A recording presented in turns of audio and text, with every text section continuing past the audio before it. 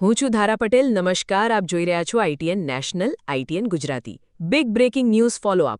મોડાસાના college છાપરા વિસ્તારમાં વહીવટીતંત્રના ડિમોલિશન બાદ પીડિતોની વહારે આવેલા સ્થાનિક નગરસેવકો દ્વારા ગ્રાઉન્ડ ઝીરો પરથી એક અત્યંત મહત્વનું નિવેદન જાહેર કરવામાં આવ્યું છે. મુશ્કેલીના આ સમયમાં રાત દિવસ જોયા વિના ગરીબ પરિવારો માટે સવાર સાંજ ભોજનની વ્યવસ્થા કરનારા તમામ અજ્ઞાત સેવાભાવી દાતાઓનો સ્થાનિક જનપ્રતિનિધિઓએ હૃદયપૂર્વક આભાર માન્યો છે. આ સાથે જ ડિમોલિશનની શરૂઆતથી લઈને અત્યાર સુધી પ્રજાનો અવાજ બનીને સત્યતા અને સંપૂર્ણ પ્રામાણિકતા સાથે અહેવાલ પ્રસારિત કરવા બદલ આઈટીએન ગુજરાતી ચેનલ અને પત્રકારત્વની નિડરતાને પણ સત્તાવાર રીતે બિરદાવવામાં આવી છે. બિલકુલ ધારા.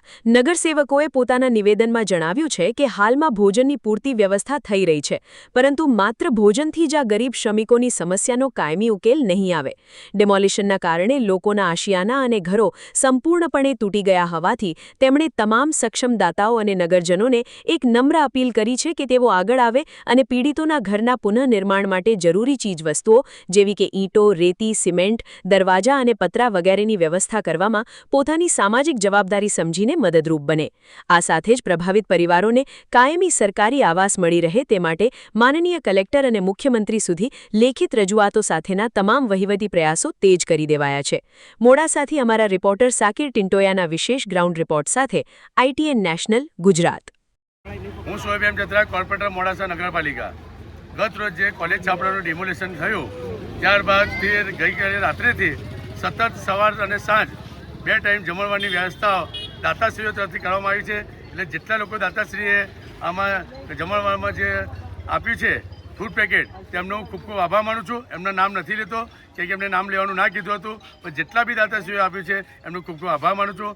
સાથે સાથે હું આઈટીએન જે ગુજરાતી ચેનલ છે, જે સાકીભાઈ, તે પણ સતત ડિમોલેશનથી અત્યાર સુધીના બિલકુલ પ્રામાણિક રીતે એમને સમાચાર બનાવ્યા છે, તેમનો પણ હું ખૂબ ખૂબ આભાર માનું છું. અને હું દાતાશ્રીઓને આહવાન કરું છું કોર્પોરેટ તરીકે કે અત્યારે હાલમાં જમણવારના ખૂબ જ મતલબ કે જે આવવાનું છે એ પૂરતા પ્રમાણમાં આવી રહ્યું છે, પરંતુ અન્ય દાતાઓને મારી અપીલ છે કોર્પોરેટર તરીકે કે એમને અત્યારે હાલમાં જે છાપરા તૂટી ગયા છે, કોઈકને દરવાજાની જરૂર છે, કોઈને ઈંટોની જરૂર છે, કોઈને રેતી અને સિમેન્ટની જરૂર છે, તો અલગ અલગ દાતાઓ એમની પોતાની રીતે જવાબદારી સ્વીકારીને આ જગ્યાની જે યથાશક્તિ જે દબાણ જેટલું તોડ્યું હતું એના અંદર એમને બનાવવામાં મદદરૂપ થાય એવી અમે કોર્પોરેટ તરીકે મદદ આહવાન કરીએ છીએ.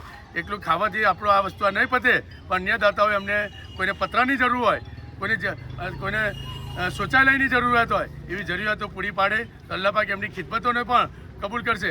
ફરીથી હું કોર્પોરેટ તરીકે અને સાનુભાઈ મલેક સતત જે લોકો અત્યારે જોડાઈ રહ્યા છે અને અમને દરેક અપડેટ અમે લઈએ છીએ.